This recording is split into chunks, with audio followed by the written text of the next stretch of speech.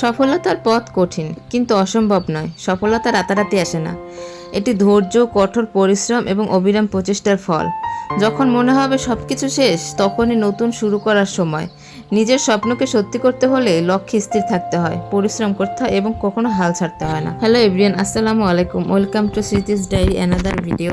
তো আশা করছি সবাই ভালো আছেন। আমিও আল্লাহর অশেষ রহমতে আলহামদুলিল্লাহ অনেক অনেক ভালো আছি, হ্যাপি আছি। তো আজকে আমি একটা গুড নিউজ শেয়ার করছি সবার সাথে, যার জন্য এত কঠোর পরিশ্রম, এত চেষ্টা সাধনা, সেই কন্টেন্ট মনিটাইজেশন অবশেষে আমি পেলাম। আসলে এত তাড়াতাড়ি আমি কন্টেন্ট মনিটাইজেশন পাবো সেটা আমি একদমই ভাবিনি। তো আলহামদুলিল্লাহ এজন্য আমি আসলে অনেক অনেক হ্যাপি। আসলে আমার দর্শকরা আমার ভিডিওগুলো আসলে পছন্দ করেছেন দেখেই এত তাড়াতাড়ি আমি এই সেটআপটি পেয়েছি। যাই হোক, এর থেকে আমার দর্শকদের প্রতি দায়বদ্ধতা আরও বেড়ে গেল। তো আমি আগামীতে চেষ্টা করবো আরও সুন্দর সুন্দর ভালো ভিডিও দিয়ে দর্শকদের মন জয় করার জন্য। তো এই তো কথা বলতে বলতে আজকে দুপুরে রান্না বান্না তো বসিয়ে দিয়েছি।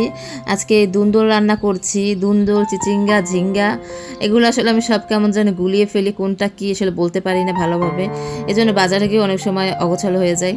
যাই হোক, খেতে কিন্তু ভালোই লাগে। দুন্দুল ভাজি করছিলাম, সাথে বাচ্চাদের জন্য একটু মুরগির মাংস রান্না করছিলাম। ওদের তো আবার মুরগির মাংস ছাড়া একদমই চলে না, তো এই জন্য মুরগির মাংস কষিয়ে আলু দিয়ে রান্না করছিলাম। আসলে পরিশ্রমের উপর আর কোনো ম্যাজিক নেই। যতই যা করেন না কেন, পরিশ্রম তো করতে হবে, সাথে আল্লাহর উপর ভরসা তো রাখতেই হবে। আল্লাহর ভরসা আর কঠোর পরিশ্রম, এই দুই মিলে কিন্তু কোনো কিছু সফলতা অর্জন করা যায়, সেটা আসলে আমি এই প্রমাণ পেলাম।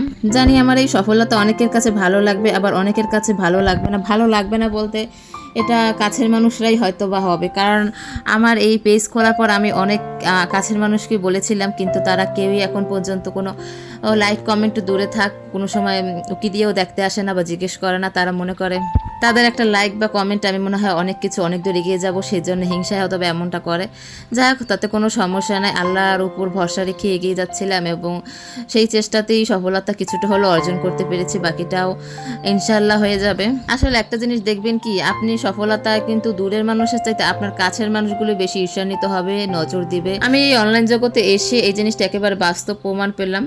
যাই হোক, তারপরে বলবো কাছের মানুষ দূরের মানুষ সবাই ভালো থাক, সবার জন্য অনেক অনেক শুভকামনা। আর আমার জন্য অনেক অনেক দোয়া করবেন সবাই, যেন সামনের পরটা আমার জন্য আরও স্মুথ হয়। এই তো মাছ রান্না করছি, মাছ ভাজি করে নিলাম। এটা হচ্ছে তুলারডারি মাছ যেটাকে বলে, সেটা সাগরের।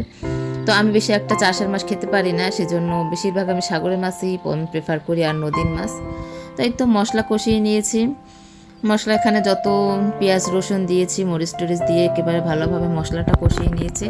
এবার পানিটা কিছুটা ফুটে উঠলে তারপরে এখানে মাছ দিয়ে দেব। তো এই তো ছিল আজকের আমার রান্না বান্না, তুলার ডাঁটি মাছ, দুন্দুল ভাজি আর মাংস। তো কেমন হলো আমার রান্না বান্না ভিডিও সেটা অবশ্যই জানাবেন। সবাই ভালো থাকবেন, সুস্থ থাকবেন, ধন্যবাদ।